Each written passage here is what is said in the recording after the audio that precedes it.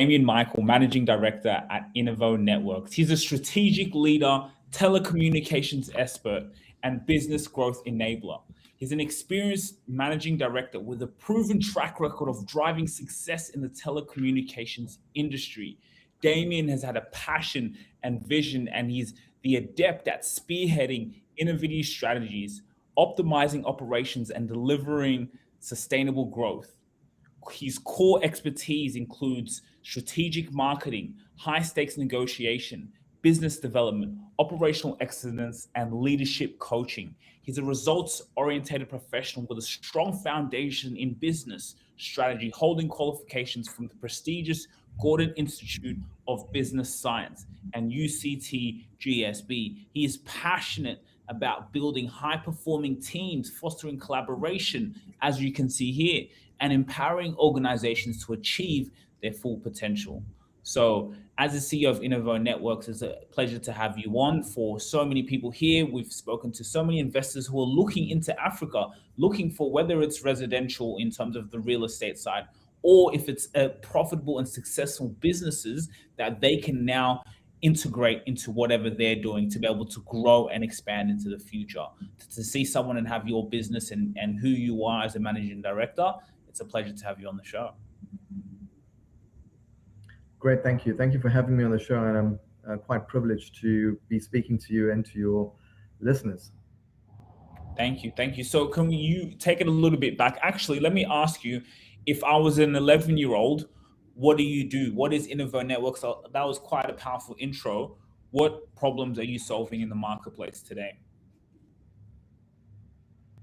Yeah, definitely. I think as an 11-year-old, a 12-year-old, or a grade fiver, I would definitely say that Innovo Networks helps small and medium enterprises make the right technology decision, delivering communications, connectivity, cloud, and cybersecurity services.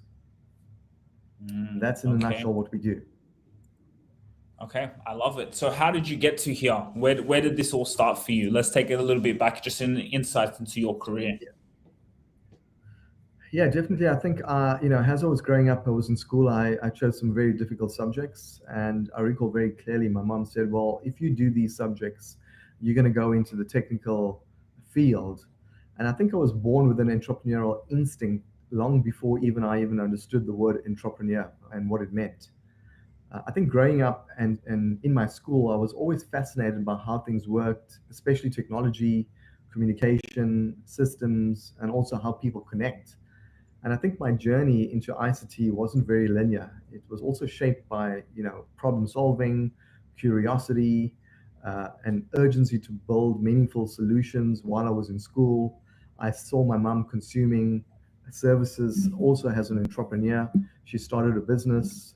She made me go and sell, towels from neighbor to neighbor. Then she started a fruit and veg business. And I think all these things consumed me. And I, wanted to kind of like go into the corporate world, from the corporate world, branch out into entrepreneurship. And I think the foundation as I was growing up with my mum speaking those things into me led me to become an entrepreneur. But before I even started my business, I studied for 5 years. And then after my studies, I was in the Defense Force, in the South African Navy and in the Air Force. I then left the South African Defense Force, and in 1994, mobile technology was very rife, and that we were building mobile networks in South Africa. And Vodacom and MTN were the first mobile telephony networks in SA. And that really sparked my passion for technology, because we have a mobile phone compared to a fixed line. And I was studying radio radar in the Defense Force, and the technology was already 20 years old and was outdated. And wanting to go into the mobile industry really piqued my interest, as well as getting into a corporate environment. So getting into a corporate environment and looking at new technology was something that I was really keen to do. And that's how it started my journey for learning, as well as my journey for becoming an entrepreneur. Wow.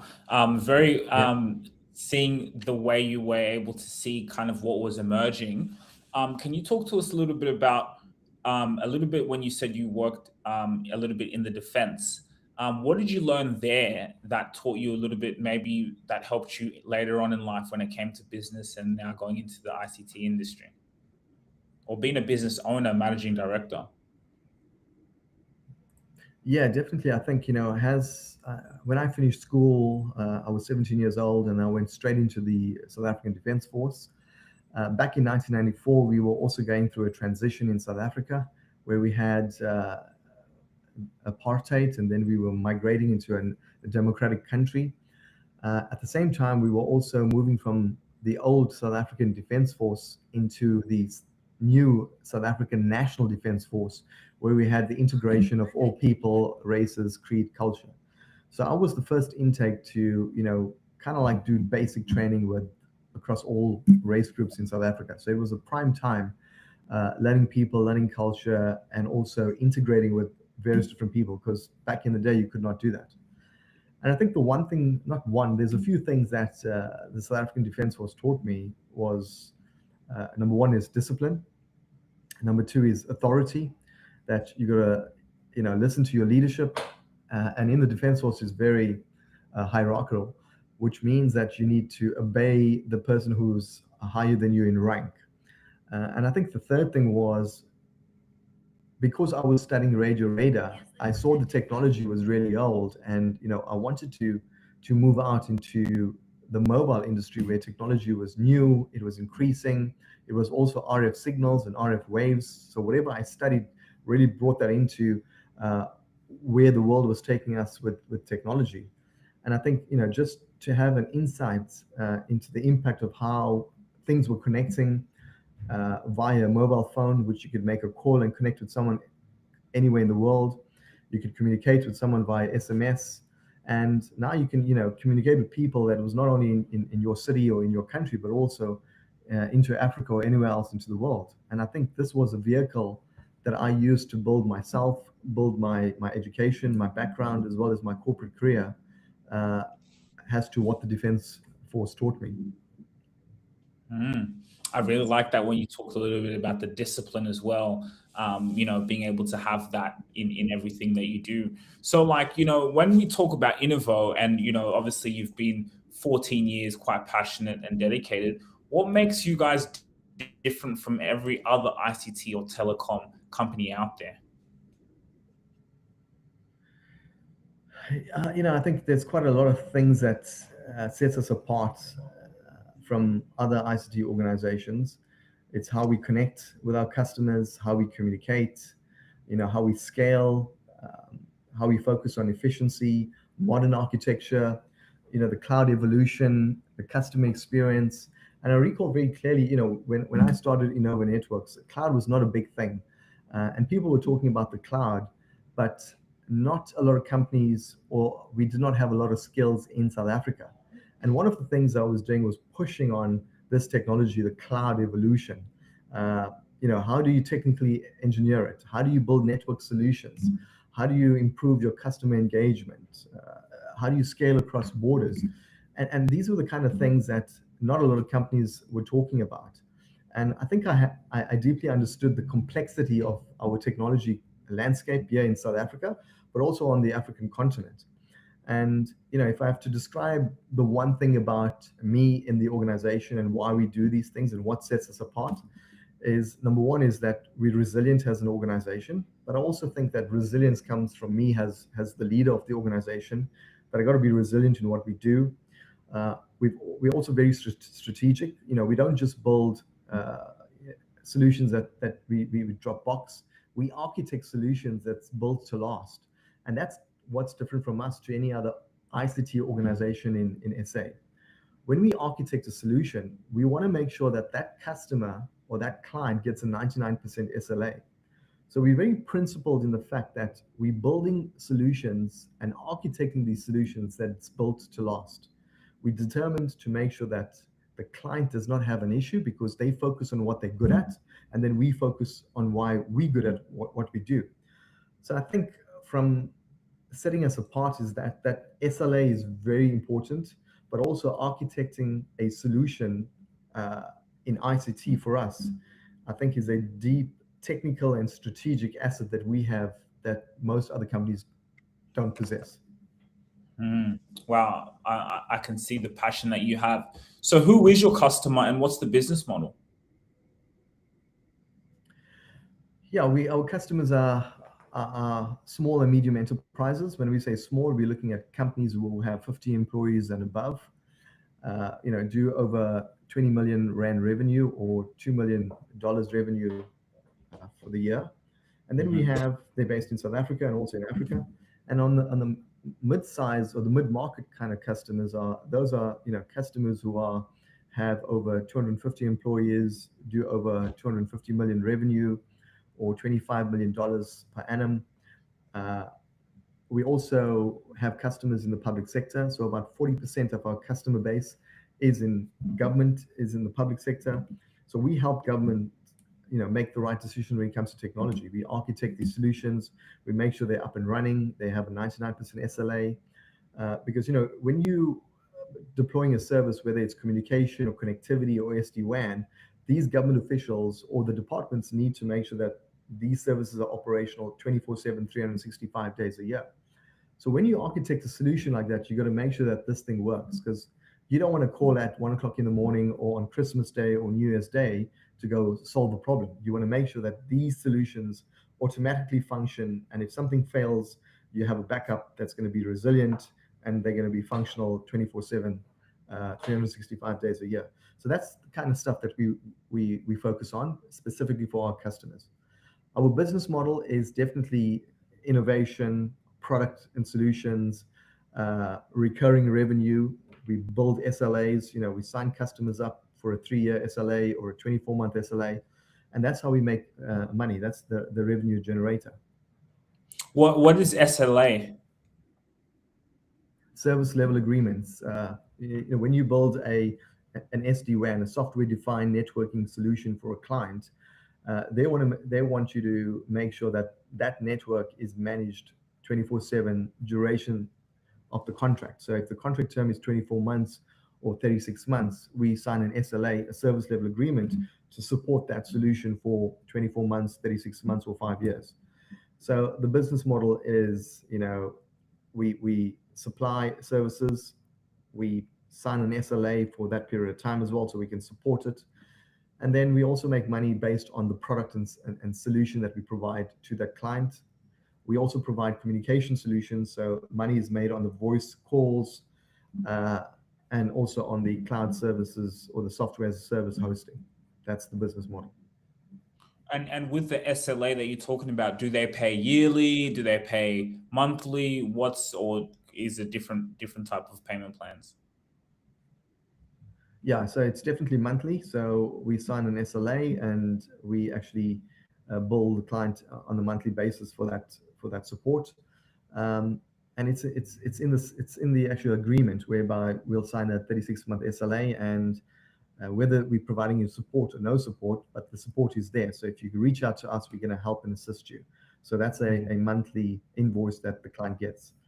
But we do have some big challenges with some clients. They some clients say that, well, there was no support that you provided, so we're not going to pay you. So then we have to fight that and say, well, this is part of the service level agreement, and you signed an SLA to provide us the support. And because we're supporting your environment, you can reach out to us. If you don't reach out to us, or the service is not down, you still got to pay for it.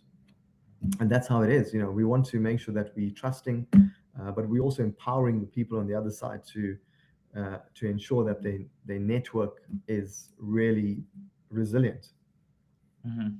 So if I'm an acquirer, or if I'm a company with over $100 million and we're looking to acquire, but actually my question would be,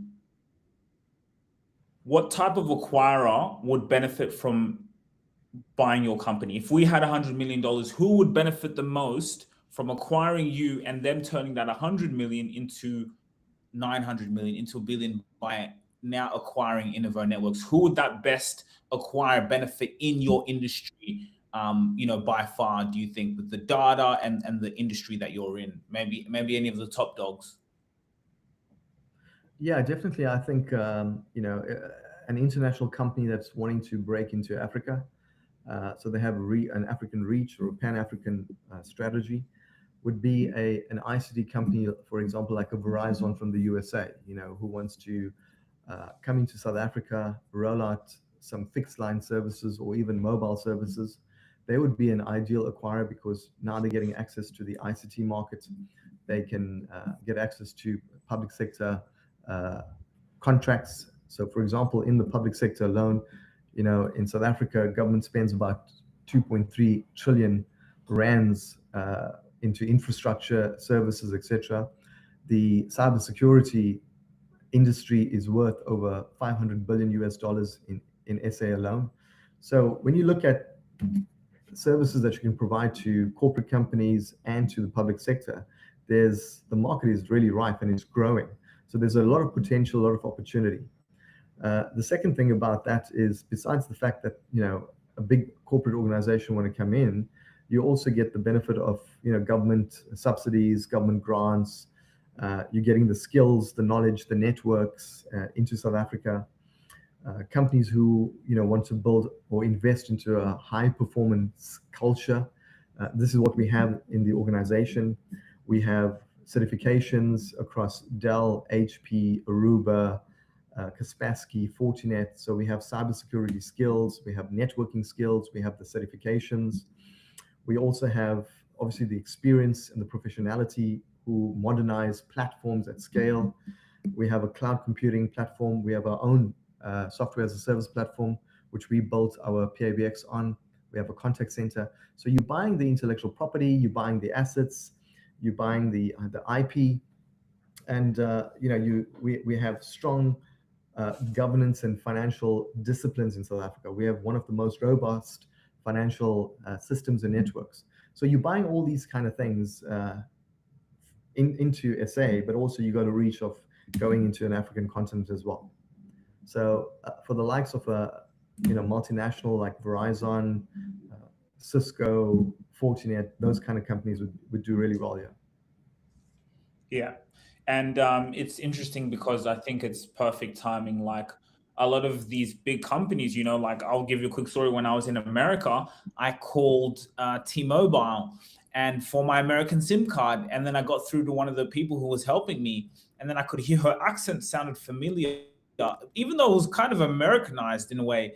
Then I said, "Are you from Kenya?" And she said, "Yeah." And then I said, "Are you in Kenya?" She said, "Yeah, I'm in Kenya." And we just work for T-Mobile. So I was like, wow, like you can see these big companies, they're really now investing into Africa.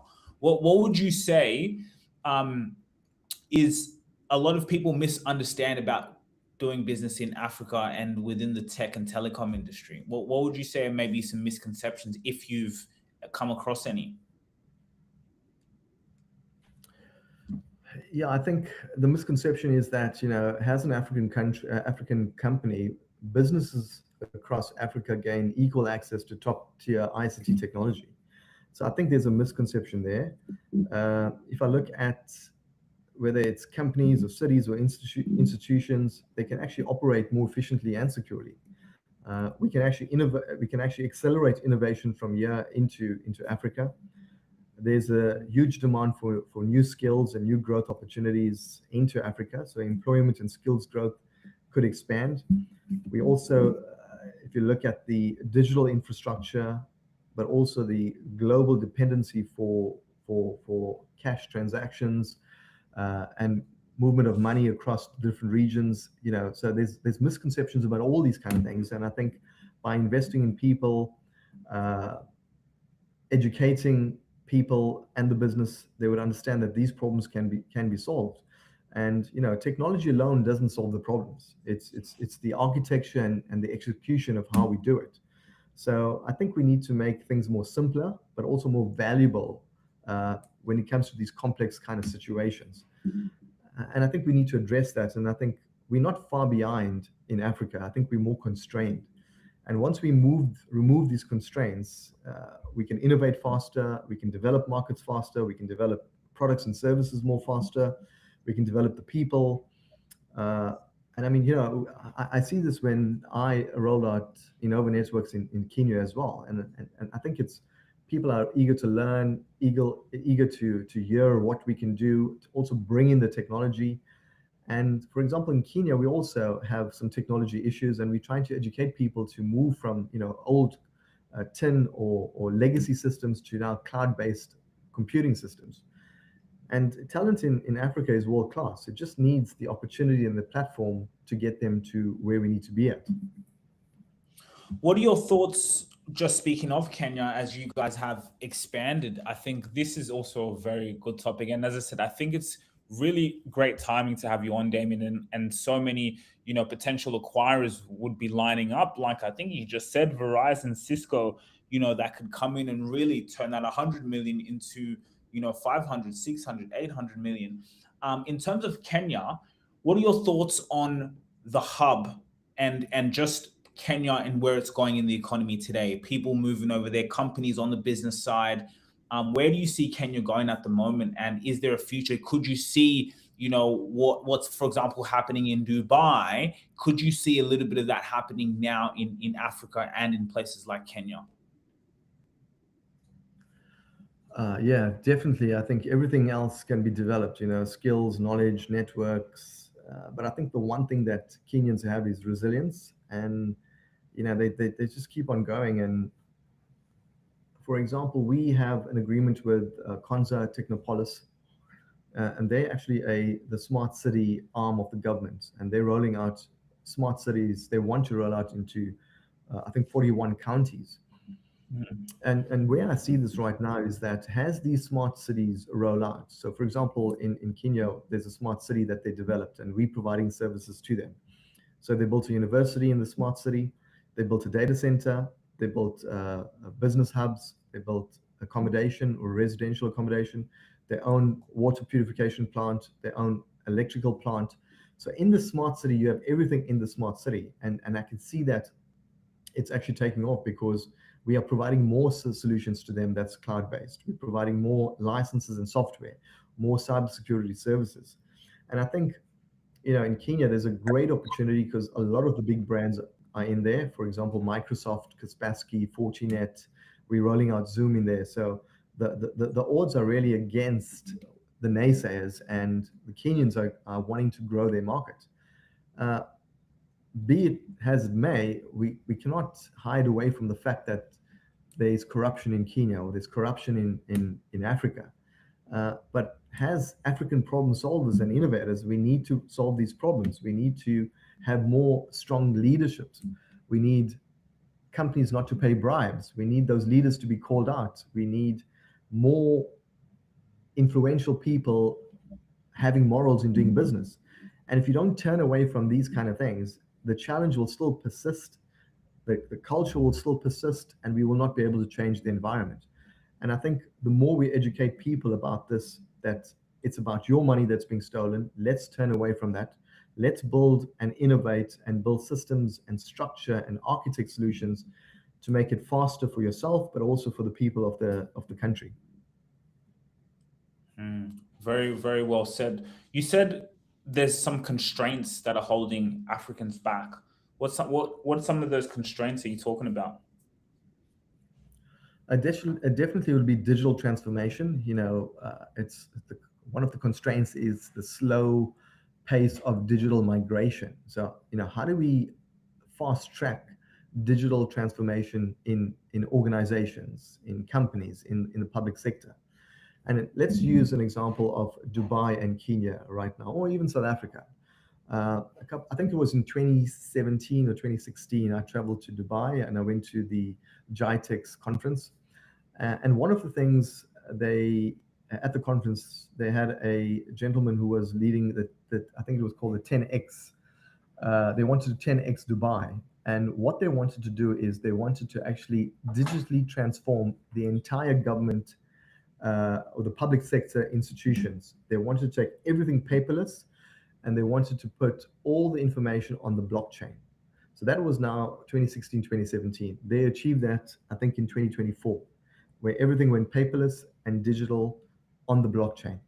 So yeah, in a couple of years, you could have taken an institution, a government institution, and now mobilize it where you could now go to for example, to a police station and lay a case of theft, and you could do that via a robot, not a human being. And now you have these robotic polices in the malls or wherever else, and you can now log that case, and your information can come up straight away Wow. without being, handing in your paperwork. So those kind of things can happen. And if we fast track the same time period in SA or in Kenya, we're far behind. The organizations and the public sector have not transformed digitally. Then we look at, for example, broadband networks, internet connectivity. Uh, we're still lacking, we're still far behind. If I look at South Africa as an example, Elon Musk launched his satellite company. We haven't got it yet. You have it in Kenya has rolled it out. We also uh, signed up to be a partner with SpaceX and to roll out their satellite services.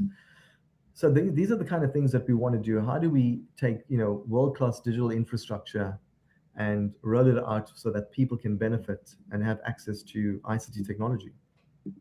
Wow, wow.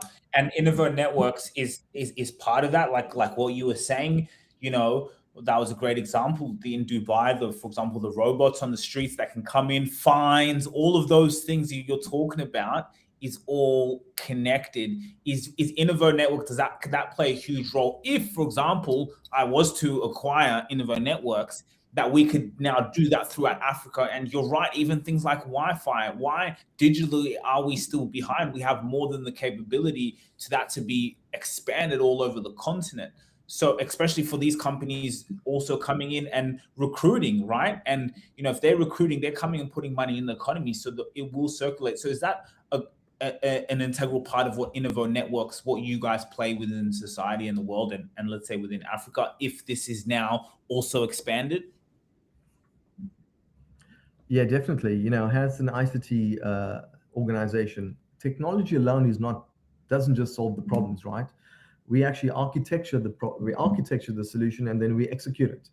So I think simplicity is much harder, but far more valuable than complexity. So we as an organization can architect the solution, and then we can execute and roll it out. And that's how we're solving these problems for businesses in Africa as well. If we look at cybersecurity, cybersecurity is just not something that we need to tick a box. Or put down a firewall or have endpoint solutions or antivirus. No, cybersecurity must be woven into every layer of the organization and not just added on top of it. But in every layer, we must be able to see how we're going to integrate cybersecurity into our solutions. I mean, I'm sure you've probably heard of secure access, security edge.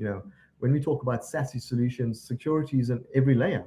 And that's what we do. We architect these kind of solutions for businesses, whether it's in SA or in Kenya. But I think at the end of the day, the most powerful differentiator here is also the customer centricity. Are we making the customer experience, is it central to what we do? And do they understand it? So, we weave all these things into the solutions that we can execute in architecture for our clients. But also remember that in Africa, we're not constrained. We're actually not behind, we're constrained. And I said this before, once we can innovate faster, we can develop the market faster. If we can invest into infrastructure, it'll be an economic growth. And we need government to do this. We need public-private partnerships with government and corporate companies to ensure that, in Africa, we have world-class infrastructure, and that we're creating opportunities and platforms to mobilize people, organizations, and government. Mhm. Wow, powerful, very, very powerful stuff, when you really look at it. And so what I would ask you is, what kind of companies do you work best with? Who's your best client? When you think of your clients who need you and who love what you guys do, I'm sure you love all of your clients, but who would you say is like the Yeah, the so best, yeah, industry I think wise? it's a very difficult one to actually answer, because every single one of our clients who do business with us, uh, they're loyal customers. They pay us. We deliver services for them. We're curious about them. They're curious about us. But we have a few clients who are deep rooted into our organization, and they've been with us for the last couple of years. So when we look at, you know, who is that ideal client, is there actually an ideal client? I think an ideal client is somebody who takes services from us and the infrastructure just works. There's no failure or any point of resilience that we need to, uh, go into deep technical architecture or help and assist them in something. So, in ICT or in technology, something happens and you never know when it's going to happen. Uh, and it's very complex. So depending on what solution we're architecturing, whether it's an internet solution, a voice solution, a cybersecurity solution, an SD-WAN or a cloud, uh, sometime or the other in that year or 3 to 6 months, there will be a point of failure. But the ideal client is one without any compromise, without lots of complexity, and without any points of failures. Do I have any one of them? No, we don't. The ideal client is the one who actually pays us on time and does not hold back on payment. So that will be our ideal customer. I think I think I would have to agree with you. I think most people would have to agree with you on that one when you think about the ideal customer. So that's an interesting Yeah, one. Mhm. So what would you say your certainly. Yeah, vision is? definitely. What would you say your vision is within the next 5 to 10 years of the industry and what's happening, even and in your personal life also? Where do you what do you see in the next 10 years? What do I see for myself or the organization? Both combined, Right. interchanging one another. Okay. Yeah, I think definitely our vision is to evolve from just simple type of ICT solutions to something much more ambitious. We want to become Africa's most trusted ICT partner, powering businesses, with secure, cloud-driven, modern infrastructure across the continent. Definitely, we want to take more market share, and this would mean that faster digital adoption in the market, more competitive enterprises that we're doing business with. We want to skill more people, create more jobs. We also want to, be stay connected in a modern environment. And if Innovo wins, the African continent wins, the people win, our staff wins. So that's where I see ourselves from a vision point of view and the road ahead. I definitely want to be, a trusted ICT partner because we work with the likes of Dimension Data, Liquid Telecom, Vodafone, Safaricom, and the big brands. Uh, I think for myself, definitely I'd like to exit within the next 5 years, and then help other entrepreneurs or other businesses scale, help them build networks across Africa, help build long-term relationships with brands, with OEMs, and then just build company culture, company values, and why we exist. What is the purpose of why we exist? And that's where I see myself. How do I give back to society and help other entrepreneurs or startups expand and grow their organizations in industries? Fantastic. Well, when you first meet a potential customer, a prospect, how long is your sales cycle? Would you say from when they find out Yeah, about our you? sales cycle is anything. Yeah, some depending on the type of architecture or solution we architecturing. Those solution could take, if it's a normal PABX with internet, it would take about a week to 2 weeks. But the normal sales cycle will evolve from 3 months to 6 months when it comes to an SD-WAN solution, getting sign off, architecturing the solution, getting finance to sign off, getting supply chain to sign off. So that takes between 3 to 6 months in an ideal environment when it comes to an ICT solution. So the shortest side of the stick would be 3 months. Let's say a Safaricom, for example, if that could be a 3 to 6 month, shortest being from three sales cycle, 6 months being the dragged out cycle. Yeah, that's correct. Interesting. Um, Now, I have a game that I like to play. I will give you a word, and then from whatever comes to your mind, you say, okay? So you give me a word, and I just talk or say something about that word. Yeah, but you can only say it in one word, then I'll get you to explain. Okay. High stakes negotiation.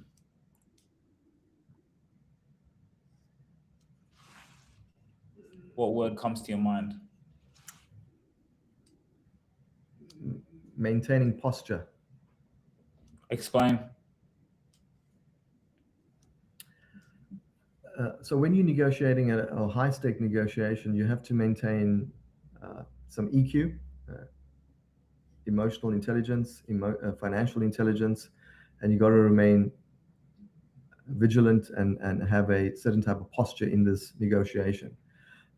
When it comes to negotiation, your client will always negotiate you down, but you got to throw in some value, and you want to bring the value across rather than bring the price down. So you got to maintain your posture of what value you can add in a high stake negotiation meeting or environment.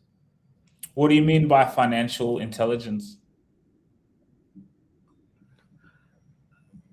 So you got to understand that your service that you're providing in a negotiation meeting, uh, there's a particular revenue per month, revenue per year, revenue, annual contract value, or total contract value. So you got to understand, excuse me, the financial impact if you're going to negotiate for price and bring price down. So that could have an impact financially on your team, your business, also on the support.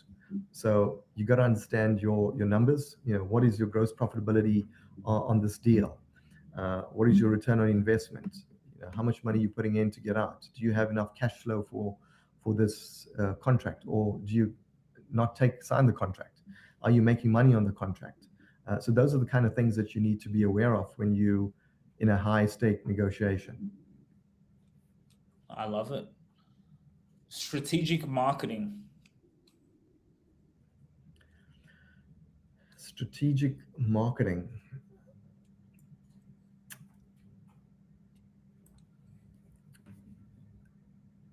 Strategic marketing is sales. Sales, When okay. you strategically market, you're going to be generating interest, you're going to be generating leads, you're going to be generating opportunity, and those leads, those opportunities, then needs to be converted into transactional sales. So that's what strategic marketing for me is. Where do you think that strategy comes into place? What type of strategy do you need to have it to for it to be successful strategic marketing that leads to sales? Mm, strategic, strategic marketing. Yeah, so like so is it when it's strategic marketing, like is it the strategy that comes into play? What about that strategy leads to sales? I know it's a broad question, but like when you think of strategic marketing, that word strategy, what does that mean to you?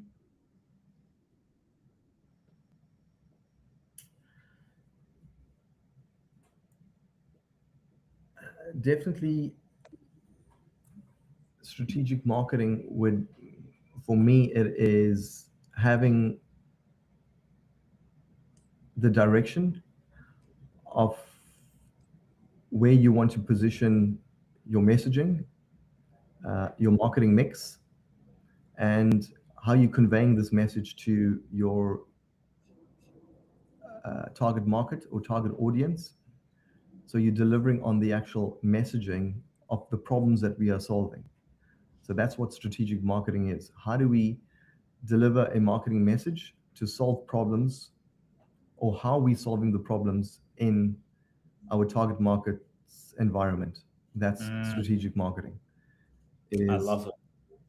delivering on the promise that we can solve your problem.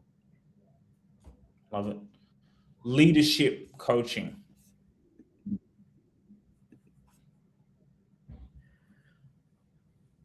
Leadership coaching definitely is something that you invest into your team or people to get them from point A to point B and develop their skills and their competency and leadership in order to help the organization move from a strategic point to another point. Is helping that human being or that employee develop the skills and the competency to drive the bus and to take the bus where you want it to go to. I love it. I love it. Damien, I think we can end it there. I've had an amazing conversation just sparking out your brain. And I think there's so much more to unveil that, hopefully we can talk about later. I honestly believe we can find even just listening to this podcast, there'd be so many potential acquirers for this. This is huge what you guys are doing, right? And the business model there, the reoccurring revenue model, the problem solving, the need in the market, and it's also a huge market. So all the signs are there for, like I said, 100 million type of acquisition to really for these companies, let's say in the US, like you said, Verizon, Cisco, whoever, or maybe even some underdogs in the game who are sitting on big capital investors who can say, hey, this is valuable for us. So I think this is a great podcast into your mind and the market. And I'm looking forward to having more conversations. So I just want to thank you for giving time out of your day to be on the podcast and join our CEO podcast series. Awesome, man. Thank you very much. I really appreciate it. It was great. I really enjoyed talking to you, and I hope we can do something in the future as well. Sure. And just before we leave, what would be your advice to any entrepreneur who's going through the trenches of building a business? What would you say is any piece of advice you could leave the audience with? Definitely, you should start sooner, believe sooner, and act sooner. Surround yourself with people who want to build, not complain. Definitely, culture beats strategy when things get tough. And I think that your team will define your legacy more than any product ever will. Your team will define your legacy more than any product ever will. I'll leave you with that. Oh, I can't even want into go. You know me, I could even go into more questions after that one. That was a big place to leave us. Anyway, I may have to use that as a cliffhanger for the next episode, huh? Awesome. Yeah.